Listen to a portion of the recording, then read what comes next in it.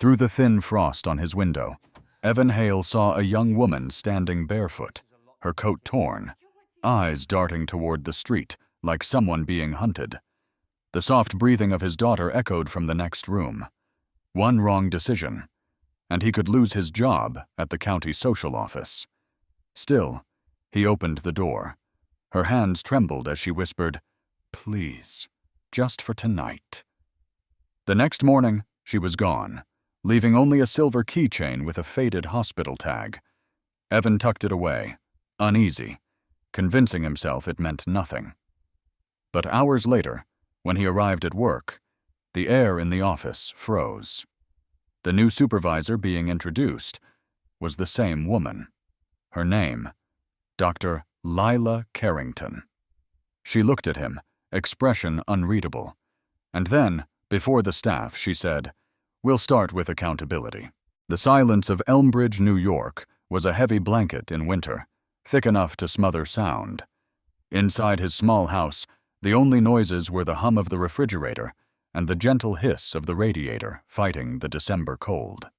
Evan Hale sat at his kitchen table, a stack of case files under the dim light, the ink blurring as his eyes grew tired. It was nearly midnight, a time when the world felt both vast and incredibly small. He was a man who lived by rules, the county's, his own, the unspoken ones of a single father trying to build a stable world for his 8-year-old daughter. The knock on his front door was not just a sound, it was a violation of that carefully constructed peace. It was sharp, desperate, and entirely out of place. He froze, his pen hovering over a form. No one came here this late. Not in this neighborhood, where curtains were drawn by 9, and the only late-night travelers were stray cats, a knot of professional caution tightened in his gut. His job as a social worker for the county had taught him that the unexpected rarely brought good news. It often brought complications, paperwork, and heartache. He rose slowly, the worn floorboards creaking under his weight, and moved to the living room window. Wiping a small circle in the condensation, he peered out. The porch light cast a weak yellow glow on a young woman. She was shoeless on the icy steps, her dark coat ripped at the shoulder, and her gaze kept flicking back to the empty, snow-dusted street as if she expected a phantom to emerge from the darkness. The soft, rhythmic sound of his daughter's breathing drifted from her bedroom down the hall. Maddie, his anchor, his entire world. The manual for county employees was clear. Do not engage with potential clients outside of official channels. Do not offer shelter, money, or personal assistance. To do so was to blur a line that could cost him his job, his pension, his ability to provide for the small, sleeping girl in the next room. Every instinct screamed at him to step away from the window, to pretend he hadn't heard. He could lose everything. Yet the image of her bare feet on the frozen wood, the tremor in her shoulders that was visible even from a distance, it bypassed the rulebook and struck something more fundamental. He was a man before he was an employee. He took a deep breath and opened the door. The blast of frigid air was sharp, smelling of pine and ice. The woman flinched at the sudden light, her eyes wide and dark, with a fear that seemed older than she was. She was maybe in her early 30s, her face pale and drawn, but with a structure to it that suggested strength beneath the exhaustion. "Please," she whispered, her voice a raw, broken thing. "I'm not in trouble. Not like that. I need a safe place. Just for tonight." Her hands were clenched at her sides, trembling uncontrollably. Evan's trained eye scanned her for the usual signs, the scent of alcohol, the twitch of withdrawal, but found none. There was only a profound, chilling terror. He saw the power imbalance with stark clarity. He was in his warm, secure home, and she was at the mercy of a stranger's kindness. He stepped back, a silent invitation. "Come in," he said, his own voice sounding foreign to him. "Get out of the cold." She slipped inside, a shadow moving with a hesitant grace, and he closed the door, shutting out the dangerous night. The warmth of the house seemed to envelop her, and for a moment she just stood there, swaying slightly. He gestured toward the old armchair by the radiator. "Sit down. I'll get you a blanket." He moved with a quiet efficiency, fetching a thick wool throw from the hall closet. As she sank into the chair, she pulled the blanket around herself, her movements stiff. He noticed a dark, ugly mark on her wrist as her sleeve pulled back, a puckered circular scar that looked like an old burn. She saw him looking and quickly tucked her hand away. Evan retreated to the kitchen, his mind racing. He was breaking every rule. He filled a glass with water, his hand steady despite the tremor of adrenaline inside him. When he returned, he offered her the glass. She took it with both hands, her fingers brushing his. They were ice cold. "Thank you," she murmured, not quite meeting his eyes. She drank the water in 3 long swallows, as if she hadn't had anything for days. He didn't ask for her name, and she didn't offer it. He didn't ask what she was running from. The questions were a liability, a step toward an official involvement he couldn't afford. Tonight, she was not a case file. She was just a person in need of sanctuary. "The couch pulls out," he said softly, pointing to the worn but comfortable sofa in the small living room. "I'll get you some sheets. The bathroom is at the end of the hall." She nodded, a flicker of immense gratitude in her eyes that made his chest ache. While she used the bathroom, he quietly opened Maddie's door. His daughter was curled under her comforter, a menagerie of stuffed animals standing guard. A crayon drawing of a smiling sun was taped to her wall. This was what he was protecting, his quiet, orderly, safe life. He watched her breathe, the simple rise and fall of her chest a reassurance. For a moment he felt a wave of panic. What had he done? Who had he just let into his home? Into her home? He closed the door with a quiet click, his resolve hardening. For one night, kindness had to win. When he returned to the living room, the woman was standing by the couch, looking smaller and more vulnerable than before. He handed her the linens. "There's an extra pillow in the closet." She took them, her gaze finally lifting to meet his.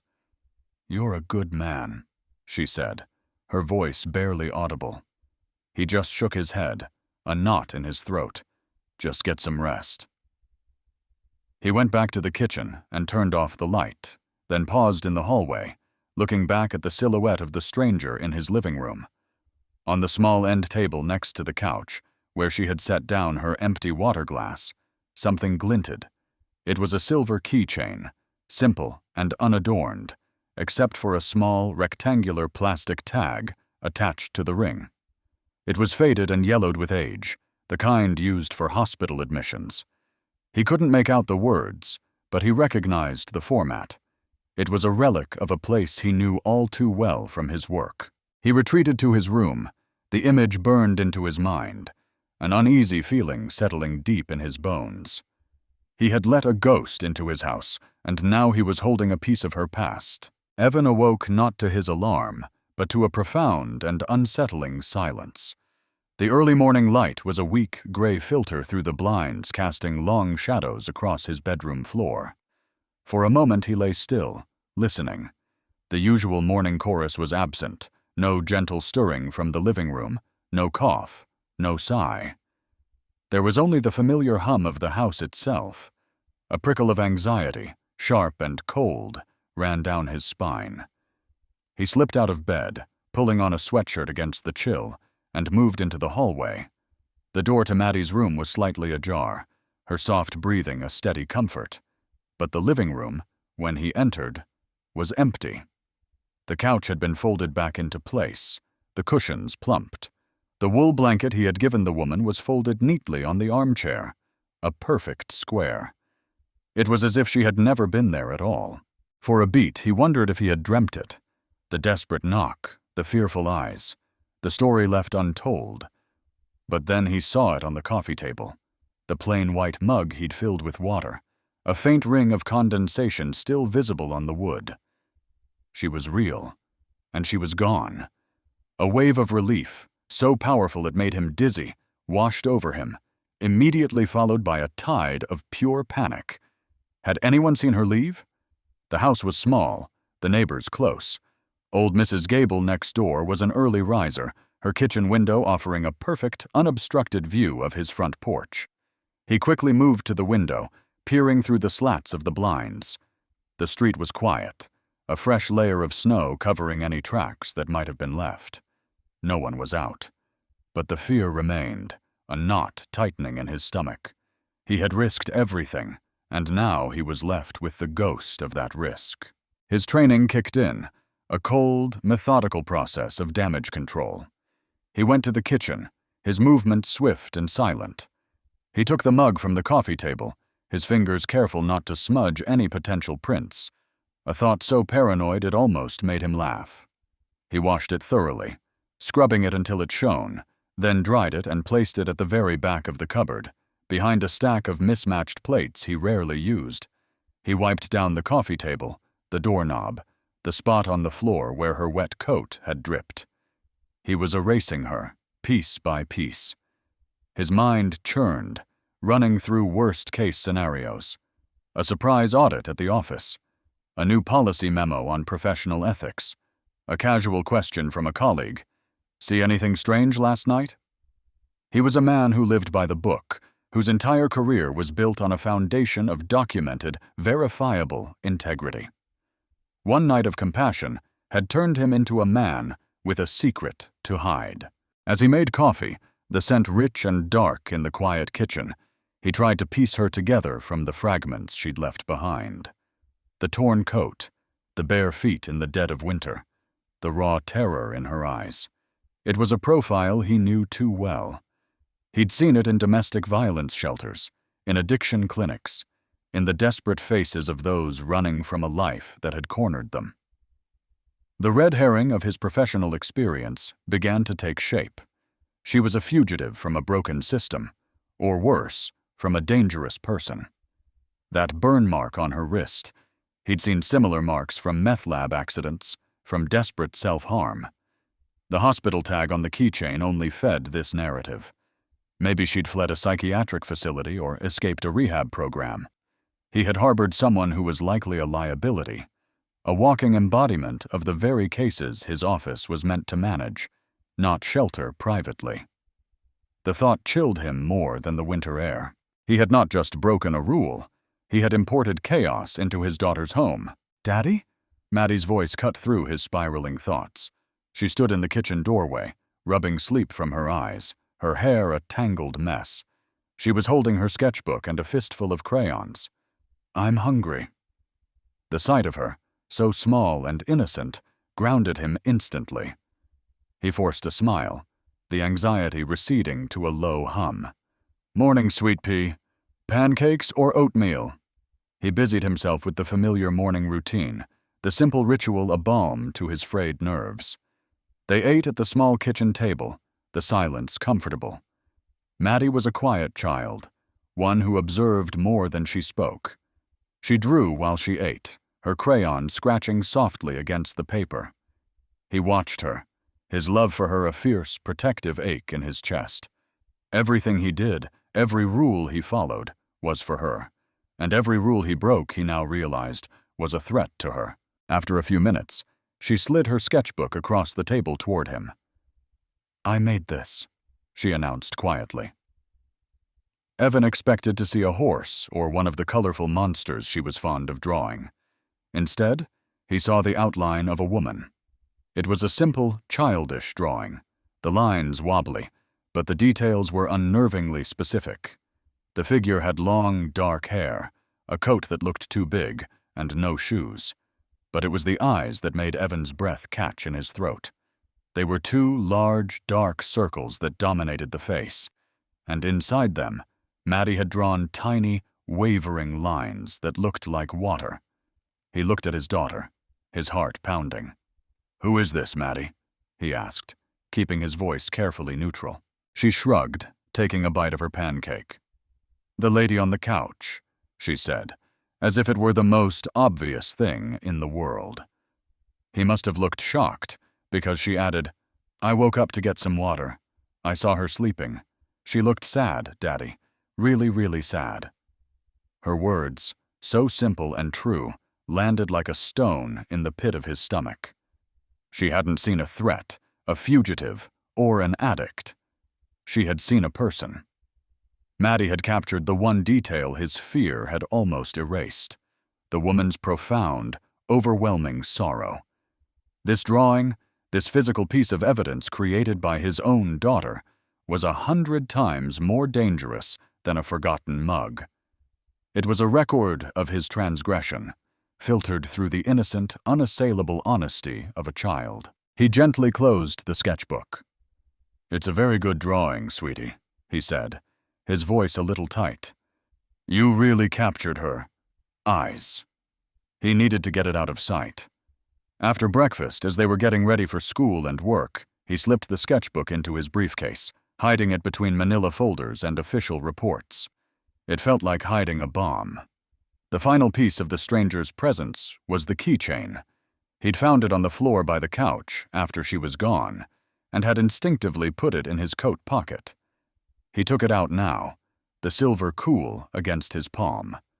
The faded hospital tag was a mystery, a loose thread in a story he couldn't read. He pocketed it again, the small weight a constant reminder of the line he had crossed. As he drove Maddie to school, the sky was a flat, unforgiving white. He felt as though he were driving into the heart of a storm, armed with nothing but a secret, a child's drawing, and the unnerving premonition that the ghost he'd sheltered was not finished with him yet. The Elmbridge County Social Services Office was a world of beige cubicles and the persistent, low hum of fluorescent lights. It smelled of stale coffee, old paper, and the faint, institutional scent of industrial cleaner. For Evan, this muted, orderly environment had always been a source of comfort, a place where problems, no matter how chaotic, were processed, categorized, and filed away according to procedure. But on this morning, the familiar calm felt like a facade. Every ringing phone, every quiet conversation in the hallway sent a jolt of paranoia through him. He kept his head down, focusing on the stack of paperwork on his desk, trying to lose himself in the mundane rhythm of his job. He was just another cog in the bureaucratic machine, a man whose life was defined by predictable patterns. He clung to that anonymity, praying it would be enough to make him invisible. By 10 o'clock, a mandatory all-staff meeting was called in the main conference room.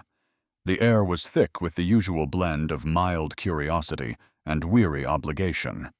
Victor Ames, the deputy director, stood at the front, his smile practiced and politically smooth.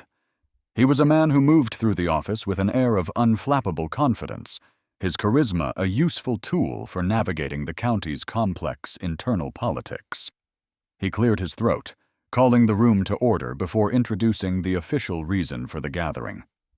Mr. Henderson, the director for the past 20 years, was retiring. After a brief, polite round of applause, Victor's smile widened. "And while we are sad to see him go," he announced, his voice resonating with manufactured enthusiasm, "we are thrilled to welcome a new guiding hand, someone with a fresh perspective and an impeccable record from the state level. Please join me in welcoming our new director, Dr. Lila Carrington." The name meant nothing to Evan, another faceless administrator from the capital. He clapped along with everyone else, his gaze fixed on the doorway. And then she walked in. The world, for Evan, seemed to slow and then stop. It was her, the woman from his porch, but she was transformed, reborn. The desperate, hunted creature from the night before was gone, replaced by a woman radiating an almost severe professionalism. Her dark hair was pulled back in a sleek, elegant knot. She wore a tailored charcoal suit that spoke of authority and expense. Her face, though still pale, was composed, her expression a mask of calm, intelligent focus.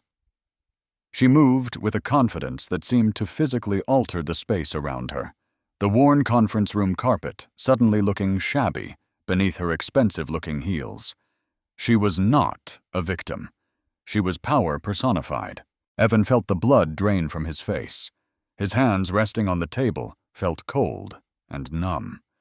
He wanted to shrink, to disappear into his chair.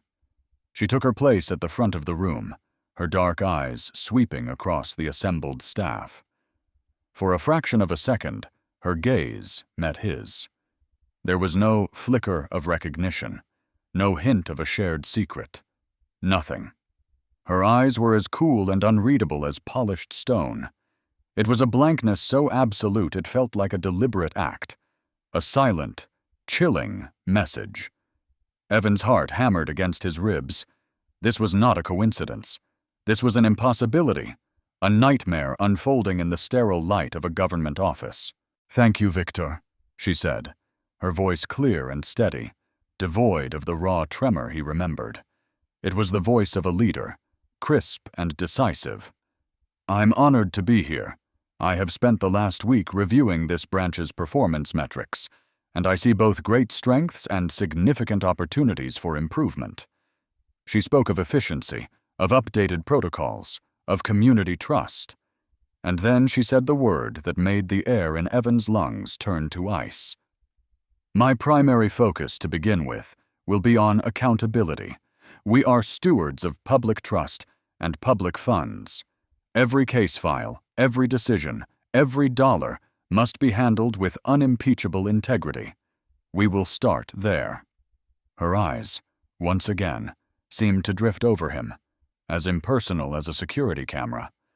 The microcliff from her first words in his memory had become a chasm opening at his feet. The meeting ended, and a nervous energy filled the office. A new boss always meant change, but Dr. Carrington's intensity felt different. It was formidable. Evan returned to his cubicle, his mind a maelstrom of fear and confusion. Was she testing him? Was this some elaborate trap? Before he could even begin to process it, she was there, standing beside his desk, a slim portfolio in her hand. "You're Evan Hale," she stated, not a question. He nodded, unable to find his voice. "I've reviewed the regional caseloads. Yours is one of the most demanding. I'd like to see your active files. Now." Her tone was brisk, leaving no room for argument. He felt the eyes of his colleagues on them, the subtle tension of the new director singling someone out on her first day. He spent the next hour in a state of quiet terror as she sat in the visitor's chair beside his desk, methodically reviewing his work. She flipped through files with an unnerving speed, her questions sharp and precise. "This family has been in the system for 3 years. What is the long-term plan for reunification? This foster placement shows a history of instability. Why was it approved?" He answered her questions, his voice a low monotone, drawing on years of professional experience to mask the panic churning inside him. He was being audited, publicly and personally, by the woman who had stood barefoot and broken on his doorstep less than 12 hours earlier. The emotional irony was suffocating. He was the one with the power to help her then. Now she held his entire career in her hands. After what felt like an eternity, she closed the final file and stood up. "Your documentation is thorough," she said, her assessment clinical. "But I need to see something else." She paused, and Evan braced himself. "I require the archival records for all foster programs in this county dating back 15 years. Specifically, I need to see the files related to the Carrington foster program." The name hit him like a physical blow. Carrington, her own name. He stared at her, but her expression remained impassive. It was a privately funded initiative that the county oversaw. It was dissolved around 2008, I believe. The records should be in deep storage. Please have them brought to my office by the end of the day. Without another word, she turned and walked away, her heels clicking with sharp authority on the linoleum floor. Evan sat motionless, his mind struggling to connect the pieces. He went down to the archives, a dusty, dimly lit basement room filled with rows of metal shelves. After a long search, he found the boxes, thick with the dust of forgotten years. He pulled out one of the files. The label, typed on an old-fashioned typewriter, read, Case 47B, Carrington Foster Program. He carried the heavy cardboard box back upstairs, feeling as if he were carrying a box of explosives. He placed it on the polished desk outside her office. Through the glass wall, he could see her on the phone, her posture erect, her focus absolute. As he turned to leave, he saw her glance toward the box. For the briefest of moments, as her eyes fell on that faded label, her professional mask seemed to crack. A shadow, deep and painful, flickered across her face before she caught herself, her expression once again becoming a carefully constructed blank. It was a plant of pure, unadulterated history, and Evan knew, with a certainty that chilled him to the bone, that he had not just let a stranger into his home. He had stumbled into her past. The weight of the unsaid settled between Evan and Lila, a thick, suffocating presence in the sterile office air. Days passed in a state of suspended tension. She was a ghost at the periphery of his vision, a flash of dark hair in the hallway, the crisp scent of her perfume lingering in the elevator, her signature on a memo that could alter the course of a family's life. She never acknowledged their shared secret, not with a word or a glance. Instead, she immersed herself in her work with a ferocious, almost inhuman, focus. Her scrutiny of his department was relentless, her questions in meetings precise and unforgiving. To everyone else, she was the new director, a formidable force of nature. To Evan, she was a living paradox, a woman who held the power to ruin him while he held the key to her most vulnerable moment. His fear began to curdle into a desperate, gnawing curiosity. He had to understand. His chance came late one afternoon, under the guise of cross-referencing old case closures. The box of files from the Carrington Foster Program sat in a locked cabinet in the records room, an official but forgotten piece of county history. With the office quieting down for the day, Evan unlocked the cabinet, his heart a dull thud against his ribs. He felt like a trespasser, digging into a past that was not his own. The files were brittle with age, the paper yellowed and smelling of dust and time. He lifted the first folder, its label typed in faint black ink. The contents were a dry recitation of budgets, board meeting minutes, and policy statements. It was a privately funded, county-administered home for difficult-to-place children, lauded in its time for its innovative approach. For over an hour, he found nothing but bureaucratic history. He was about to give up when he found a different kind of record, a binder of resident intake forms. He ran his finger down the alphabetized list of names, his breath held tight in his chest. And there it was. Carrington, Lila. Admitted, June 12, 1998. Age, 10. The clinical typewritten words struck him with the force of a physical blow. The red herring he had constructed, the addict, the fugitive, dissolved into a much more tragic truth. She wasn't running from the law. She was a product of the very system he had dedicated his life to. She had been a child in this county, a name on a form, a problem to be managed. He read on, his professional detachment crumbling with every line. The notes were sparse, clinical. Exhibit signs of significant trauma. Withdrawn. Resistant to authority. He found a reference to a younger sibling, a sister, who was placed in a different home due to medical needs. He saw the cold, impersonal machinery of the state grinding a childhood into a case number. He finally understood the drive, the unforgiving intensity. She wasn't just auditing a social services branch, she was returning to the scene of the crime, the place that had forged her. A few days later, an email from Maddie's school announced the annual student art exhibit. It was a bright spot in his tense, gray world. The thought of an evening spent in a gymnasium filled with colorful, chaotic art and proud parents was a welcome reprieve. He picked Maddie up from school, her excitement bubbling over. She had a special drawing she couldn't wait for him to see. That evening, the school gym buzzed with the happy noise of families. The walls were covered in a riot of color, paintings, drawings, and clay sculptures. Evan's chest swelled with pride when he found Maddie's section. She had several pieces on display, but she pulled his sleeve, guiding him to one in the center. It was a charcoal sketch, darker and more somber than her usual work. It depicted a lone figure, a young girl with long hair, sitting on a windowsill and looking out at a single barren tree. The window had bars on it. "It's the girl from the story you read me," Maddie said. "The one who was locked in the tower. She looks sad, huh? It's beautiful, sweetie. You captured her feeling perfectly," Evan said, his throat tight. He was looking at the drawing, absorbing the lonely image, when a quiet voice beside him spoke. "She's waiting for someone who isn't coming back." Evan turned, his entire body going rigid. It was Lila. She was standing so close he could see the faint lines of exhaustion around her eyes. She wasn't dressed in her usual armor of a power suit.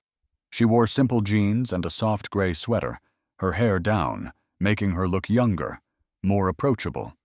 Her presence there, in that cheerful, ordinary place, was deeply disorienting.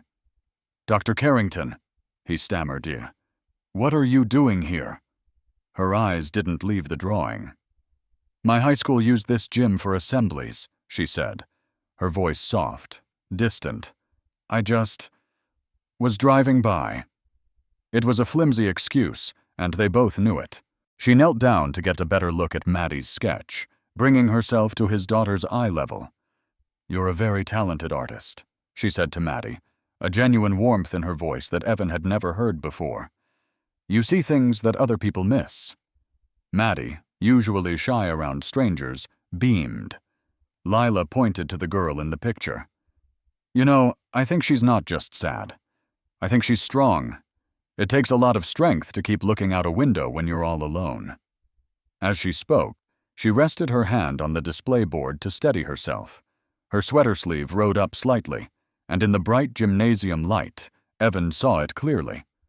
Next to the round, puckered burn scar was another, fainter mark on her wrist, a pale, thin line, the exact width of a hospital bracelet, an imprint left behind by something worn for a very, very long time.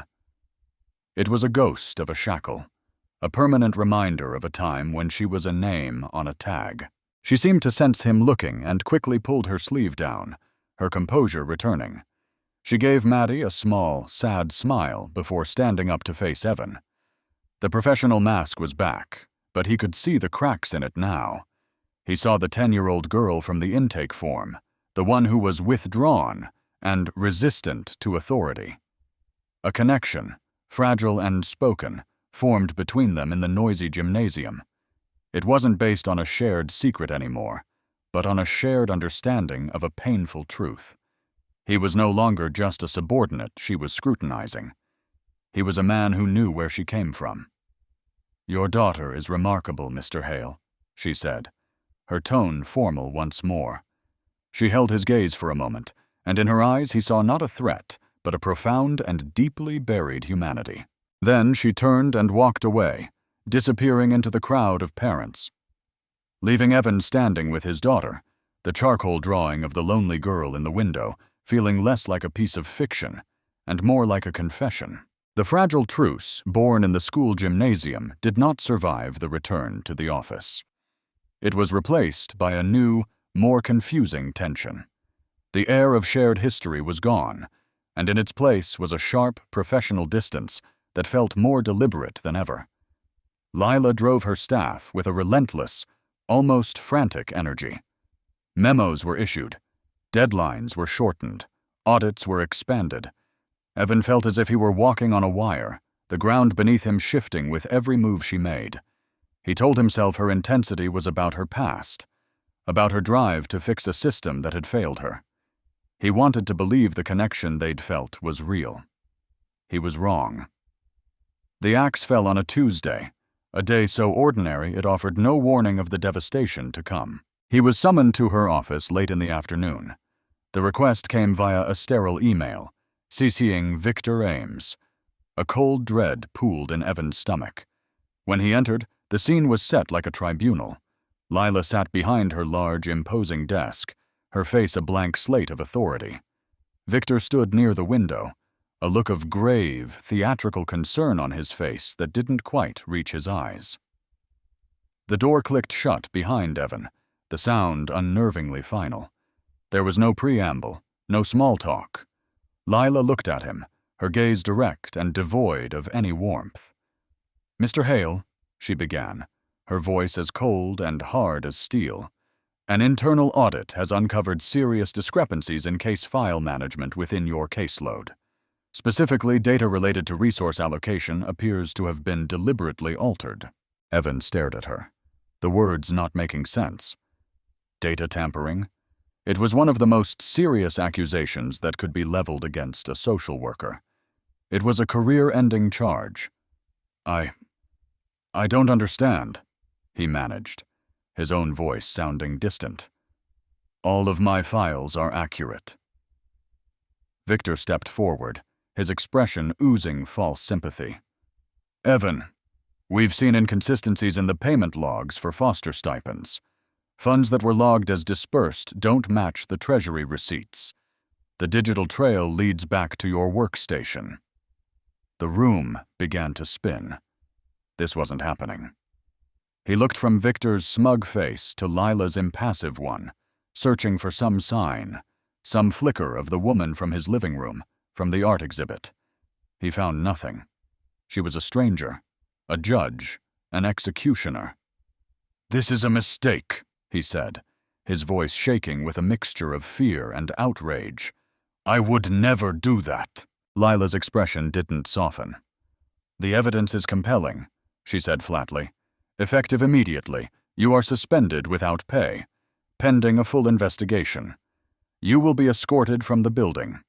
You are not to have any contact with staff or access any county systems." Each word was a hammer blow. Suspended, escorted. It was a public humiliation, a professional death sentence. He felt a hot surge of betrayal so potent it almost choked him. He had risked his job for her, sheltered her, and she was repaying him by destroying him. Two security guards, summoned discreetly by Victor, appeared at the door. They waited, their presence a silent, looming threat. The walk back to his cubicle was the longest of his life. Every head turned. Conversations stopped. He could feel the whispers, the judgment, the sudden shift in his identity from trusted colleague to disgraced pariah. He packed his few personal items, a photo of Maddie, a coffee mug, into a small cardboard box, his movements numb and robotic. He didn't look at anyone.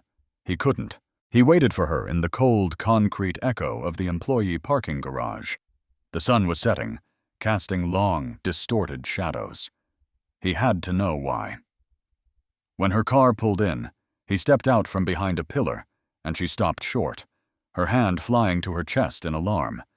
He saw, for the first time that day, a crack in her armor. Fear. He walked toward her, the small box of his professional life still under his arm. "Why?" he asked, his voice raw. "Why would you do this?" Her composure returned in an instant. She got out of the car, her keys clutched in her hand like a weapon. "You need to leave, Evan. You're violating the terms of your suspension." But he wouldn't be dismissed. "I opened my door to you. I let you into my home, my daughter's home. And you do this? For what? To make a point? To clean house?" She looked around the empty garage, her eyes darting into the shadows. She moved closer, her voice dropping to a fierce, urgent whisper. "Get in your car and follow me, not a word. Don't stop. Just follow." The command was so absolute, so filled with a desperate gravity, that he obeyed without thinking. He followed her dark sedan out of the city, toward the old, winding roads that led to the state park. She pulled over at a deserted scenic overlook, the valley below them shrouded in twilight. When they got out of their cars, the only sound was the wind in the pines. "They're watching you," she said, her back to him as she stared into the darkness. "They're watching all of us." He was confused. "Who is?" She finally turned to face him, and the mask was gone. In its place was a weary, haunted expression. "There's an internal affairs investigation. A real one. Not mine. It's been running for months, looking into Victor Ames." The pieces began to click into place, forming a picture he couldn't have imagined. "He's been skimming from the foster care funds for years," she explained, her words coming in a rush. "Hiding it by manipulating data, creating ghost payments, burying the evidence in the caseloads of his most trusted, overworked employees. People like you." The twist was so sharp, it gave him vertigo. She wasn't attacking him. She was protecting him. They were closing in on him, but he knew it. He was getting ready to sacrifice a subordinate to save himself. He was setting you up to take the fall. I saw the trail he was laying. I had to get you out. The accusation, the public suspension, it wasn't an execution. It was an extraction. She had to discredit him so completely that anything Victor tried to pin on him would look like a desperate move by a guilty man. She had ruined his reputation to save his life. "I couldn't warn you," she continued, her voice ragged with a stress she had hidden for weeks. "His office is bugged. My phone is tracked. The only way to pull you out of the line of fire was to fire the gun myself." The moral dilemma was staggering. She had destroyed him in the open to protect him in the shadows. He looked at her, truly seeing her for the first time. The driven director, the haunted foster child, the woman who would burn one of her own people to get to the real enemy. "Why?" he asked again. But this time the question was different. It wasn't an accusation. It was a plea for understanding. "Why is this so important to you?" She reached into her pocket and pulled out the silver keychain, the one she had left in his house. It looked small and insignificant in her trembling hand. "This didn't belong to me," she said softly, her voice breaking for the first time. "The hospital tag. It belonged to my little sister, Sarah. She had chronic asthma. We were separated in the system. I was sent to the Carrington home. She was sent to a specialized medical facility that was funded by the county." Her eyes were glistening in the faint light from the dashboard. That facility was run by Victor Ames. The year she died, from what they called an unforeseen asthmatic complication, the records show that over $100,000 of funding for respiratory equipment and on-site nursing staff vanished. It was his first big promotion. The payoff landed with the force of a physical blow. The system hadn't just failed her sister, it had killed her. And the man who signed the papers was the same man who had smiled sympathetically as Evan's career was set on fire. The keychain wasn't just a memento, it was a promise, a vow of vengeance. There was no time for shock. There was only the cold, sharp clarity of a shared war. The scenic overlook was no longer a place of revelation, but a command center. The night wind whipped around them, biting and urgent. Lila handed Evan a cheap, disposable burner phone. "This is our only line of communication," she said, her voice stripped of all emotion, leaving only raw strategy. "No calls from your home, no texts. Victor is a creature of habit, but he is not stupid. He expects you to be broken. He expects me to be consolidating power. We will use that." Evan took the phone. Its plastic lightness felt impossibly heavy. His life as a rule follower was over, burned away with his suspension. What remained was a man with nothing left to lose. He had a choice: trust her or run. He chose trust. Their plan was forged in the frigid darkness, a desperate gambit built on two fronts. Lila, from within, would use her authority to create bureaucratic noise, ordering audits of other departments, creating a smokescreen of system-wide reform to distract Victor. Her job was to keep his eyes off the one thing that mattered. Evan's job, as a ghost outside the system, was to find the human element, the one loose thread in Victor's carefully woven tapestry of deceit. Lila gave him a name: Janice Riley, a former finance clerk who had resigned abruptly 2 years ago, citing personal reasons. Lila's research showed Janice had overseen the very accounts Victor had manipulated. She was either a co-conspirator or a witness, Lila said. Find her, convince her to talk. The next few days were a blur of calculated risks. Evan moved through the underbelly of the county he thought he knew so well. He was no longer a social worker. He was a detective, fueled by coffee and a cold, simmering rage. He started with old employee records, public databases, and the kind of off-the-books inquiries he'd learned from years of tracking down runaway teens and estranged parents. He found a trail that was intentionally cold. Janice had moved twice, leaving no forwarding address. He finally found a relative, a nervous sister who gave him a new name and a town 3 counties over. She had remarried. She was hiding. Evan drove for hours, the burner phone silent on the passenger seat, a constant, tense promise of contact. He felt exposed, his face surely logged on every gas station security camera, his license plate a digital breadcrumb leading back to his compromised life. He found Janice living in a small apartment above a laundromat. She was thin, anxious, and her eyes held the familiar look of someone perpetually waiting for bad news. When she saw Evan at her door, she tried to slam it shut, but he used his name, his real name, and mentioned his suspension. He didn't lead with Victor. He led with the truth. "I was set up," he said through the door. "My career is gone. They're blaming me for the missing foster funds. I think you know what I'm talking about." He waited. After a long, agonizing minute, the chain slid back. Her apartment was sparse, her hands trembling as she made coffee she didn't drink. It took an hour for her to finally break.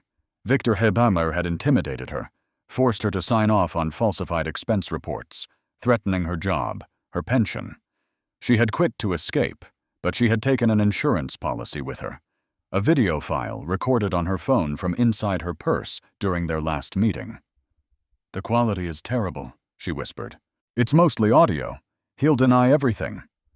Evan sent a single encrypted text to Lila. "I have her. I have a recording." Lila's reply came 3 hours later. "Press conference, county budget hearing. Tomorrow at 10 a.m. He'll be at the podium. He feels untouchable." The final pieces of the puzzle began to slam into place. That night, Evan met Janice in a deserted diner. She transferred the video file to his burner phone. He watched it in his car. She was right. The video was a dark, jostling mess, but the audio was clear. It was Victor's voice, smooth and condescending, talking about reallocating dormant assets and how no one would miss a few rounding errors in the system. It was a confession, but it needed proof of context. It needed a time and a place. "Where was this?" Evan asked. Janice wrung her hands. "It was stupid. I thought a public place would be safer. It was at the Elmbridge School during some kid's art show a few weeks back. He has a grandson in the 1st grade." The words hit Evan like a physical shock. The art show. He drove home, his mind racing. He went straight to Maddie's room and took her sketchbook from her desk. He flipped through the pages frantically until he found it. The drawing of the lonely girl in the barred window. He remembered Lila's strange appearance, her quiet intensity. In the recording, just beneath Victor's voice, was the faint, tinny sound of a school intercom. And then Victor said something Evan had missed before. "Have to look at this awful art for another second." He was there. The drawing. Evan looked closer, not at the girl, but at the background. Behind the window, Maddie had sketched what she saw from her seat in the gymnasium. The distinctive pattern of the cinder block wall. A half-visible fire safety poster with a unique logo. It was a backdrop.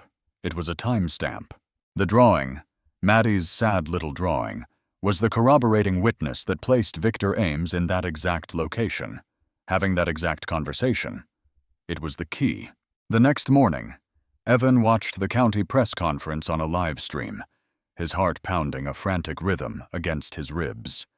Victor Ames stood at the podium, looking polished, confident, the very picture of civic integrity. He spoke about fiscal responsibility. He smiled for the cameras. As Victor prepared to take questions, Evan, following Lila's precise instructions, sent the video file and a high-resolution photo of Maddie's drawing to a single email address. It belonged to Sarah Jensen, a notoriously dogged investigative reporter for the local news affiliate. 2 minutes passed. Victor called on a reporter in the front row. But before that reporter could speak, Sarah Jensen's voice cut through the room, sharp and loud. "Mr. Ames, I have a question about the Carrington Foster Program. Can you comment on a video I just received in which you appear to be discussing the misappropriation of funds from that program?" A wave of confusion rippled through the press corps. Victor's smile faltered. "I'm sorry. I have no idea what you're talking about." But Jensen was relentless. She turned her laptop toward the other reporters. She hit play. Victor's smooth, condescending voice filled the stunned silence of the room. "Reallocating dormant assets." His face, projected on the live feed, turned from a healthy tan to a pasty, sickly white. He stammered, calling it a fabrication, a deepfake, a political smear. But then Jensen held up her phone, showing the picture of Maddie's drawing. "Can you also explain why the background noise in this audio and the details in this specific piece of student art from the Elmbridge exhibit on October 24th both place you at the scene?" It was over. The convergence of payoffs was absolute. The cameras swarmed him, flashes erupting like gunfire. His public mask shattered, exposing the rotten core beneath. Evan watched as the man who had destroyed his career was, in turn, publicly and irrevocably destroyed by a little girl's drawing and a ghost from his past. The tension did not break. It shattered. The aftermath of the storm was a profound, almost unnerving quiet. The scandal of Victor Ames had ripped through the county building, and in its wake, a strange stillness settled. The whispers that had followed Evan down the hall were replaced with looks of awe and a respect that was entirely new. His suspension was formally lifted in a sterile, apologetic email, his name officially and publicly cleared of all wrongdoing. He walked back into the office not as a pariah, but as a man who had stood on the right side of a crooked line. Yet sitting at his desk, the familiar weight of his caseload felt different, lighter. The beige walls and fluorescent hum no longer felt like a comforting order, but like the framework of a cage he had almost been trapped in forever. He had followed the rules his whole life, only to learn that true integrity sometimes meant breaking them. 2 weeks after the press conference, a memo circulated announcing that Dr. Lila Carrington was resigning from her position as director, effective immediately. There was no scandal attached, only a brief formal statement about pursuing opportunities in the nonprofit sector. Some saw it as an odd, abrupt end to a promising tenure. But Evan understood. She had not come to Elmbridge to run the system. She had come to exorcise a ghost. And with Victor's name in ruins and a full state-level investigation underway, her war was over. Her resignation was not a retreat. It was a declaration of freedom. She was finally leaving the building that had, in one way or another, held her captive since she was 10 years old. She came to his house on a Sunday afternoon. Snow was falling outside, soft, thick flakes that muffled the world in a blanket of white, creating an intimate sense of peace. There was no desperate knock this time. She rang the doorbell softly. When he opened the door, she was just Lila. She wore a simple wool coat, a warm scarf, and a small, hesitant smile that reached her eyes. She was not the director, nor was she the fugitive from his porch. She was simply a guest. Maddie, who had been drawing at the kitchen table, ran to the door. She didn't see a boss or a stranger. She saw the woman who understood her art, and she hugged Lila's leg without a word, overwhelmed by the simple, unconditional welcome. Lila knelt and gently hugged her back. They sat in the living room, the same room where she had once huddled under a blanket, and drank tea. The air was not tense with secrets, but warm with an unspoken understanding. They didn't talk about Victor or the investigation. They talked about the future. She told him about her plans, a small, privately funded foundation to build and support emergency youth shelters across the state. Places that would be safe havens, not holding cells.